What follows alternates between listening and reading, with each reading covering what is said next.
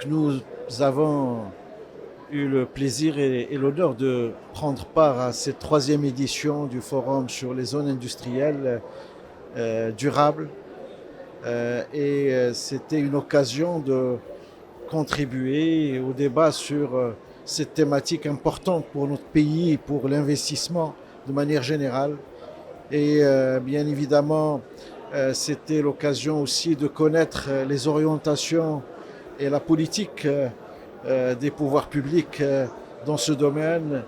La loi qui vient d'être promulguée cette année, en février, et qui a mis en place donc le cadre général dans lequel devraient être réalisées ces plateformes industrielles tous les prérequis nécessaires pour que ces zones puissent remplir la fonction qui leur échoit et qui est de contribuer à la création de valeur et d'emplois au niveau des différentes régions du royaume.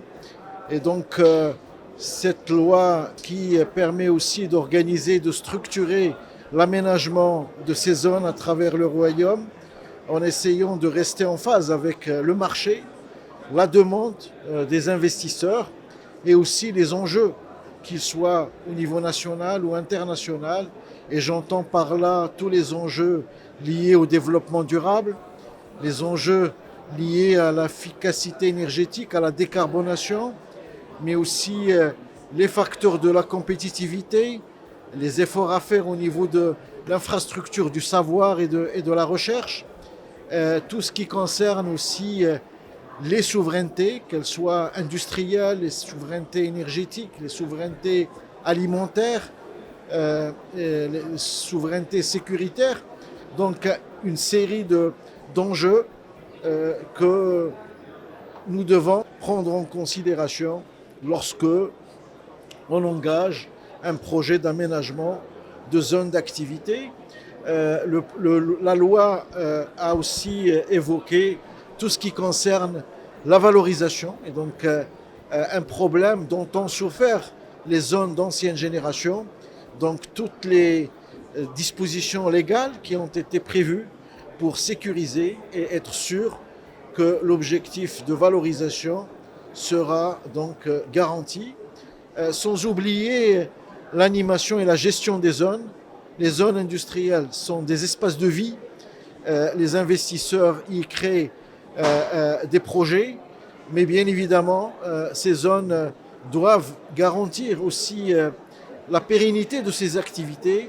Et elles ne peuvent le faire que si les aménageurs, développeurs de ces zones doivent assurer les services de proximité, que ce soit à travers le facility management ou le property management au niveau de ces zones.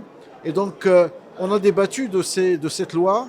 Monsieur le ministre, on a donné un exposé très complet sur donc, la loi et les ambitions qu'elle porte et toutes les solutions qu'elle apporte pour le secteur. Monsieur le ministre a parlé aussi de l'enjeu de la décarbonation qui est important et qui devient un prérequis pour pouvoir continuer à adresser le marché européen, sachant que depuis janvier 2023, les investisseurs doivent présenter une stratégie de décarbonation, doivent annoncer qu'ils sont dotés d'une stratégie de décarbonation, et à partir de fin 2025, début 2026, une taxation commencera à être appliquée. Et donc il faut que les zones dans lesquelles évoluent ces investisseurs qui adressent le marché européen puissent retrouver un écosystème décarboné avec tous les leviers nécessaires qui faciliteraient et qui catalyseraient justement cet effort de décarbonation.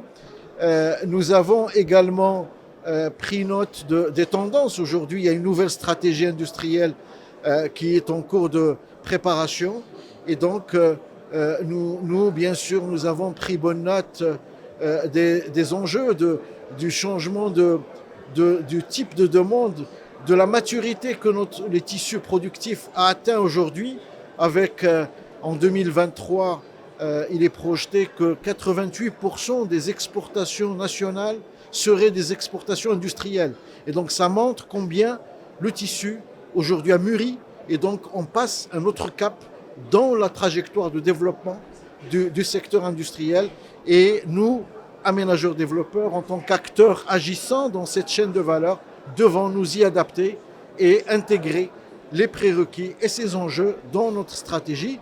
Bien évidemment, l'objectif, c'est permettre à notre pays de continuer à rayonner au niveau régional et au niveau national, avec plus d'investissements, plus de création d'emplois, plus de richesses et plus de bien-être pour nos concitoyens et plus d'emplois surtout pour nos jeunes talents, dont le Maroc est fier et sera toujours fier.